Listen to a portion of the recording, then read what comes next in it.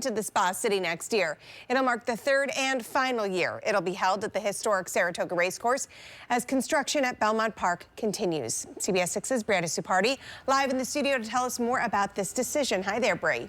Hi, Lara. There were initial talks of possibly hosting next year's Triple Crown race back at its original home in Belmont Park, but they would have had to host it with limited capacity since construction there won't be completed until the fall of 2026.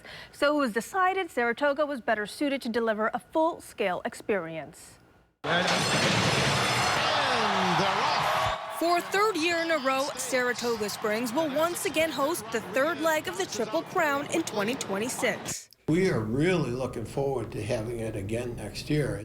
Downstate, the reimagined Belmont Park in Belmont is on track to host its grand reopening in September of 2026. While NYRA had considered the possibility of hosting next year's race in a partially completed venue with limited fans, officials say returning to Saratoga eliminates construction-related restrictions. NYRA CEO and president outlined the factors behind this decision. First off, it's the racing surfaces. Now, those will be in the fall, so the racing surfaces are going to be good. It's about the timing on the building. It's just about evolving the fan experience at a racetrack. This announcement comes just days after this year's Belmont Stakes Racing Festival wrapped up. Attendance for the 5-day festival was a little more than 110,000.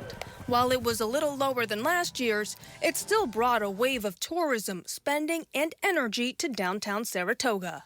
Belmont was great. It was very, very busy, started building up Tuesday, Wednesday. Friday for us was nuts, and then Sunday was double nuts.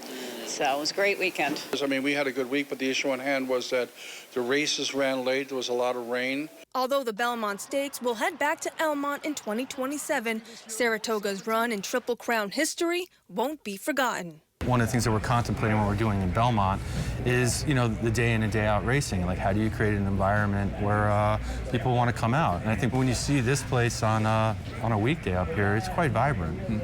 And that's the type of thing those are learnings that we can take and we can adopt to our new facility. Again, the newly renovated Belmont Park is expected to reopen in September of 2026, just in time to host the 2027 Breeders' Cup. Lara, back to you.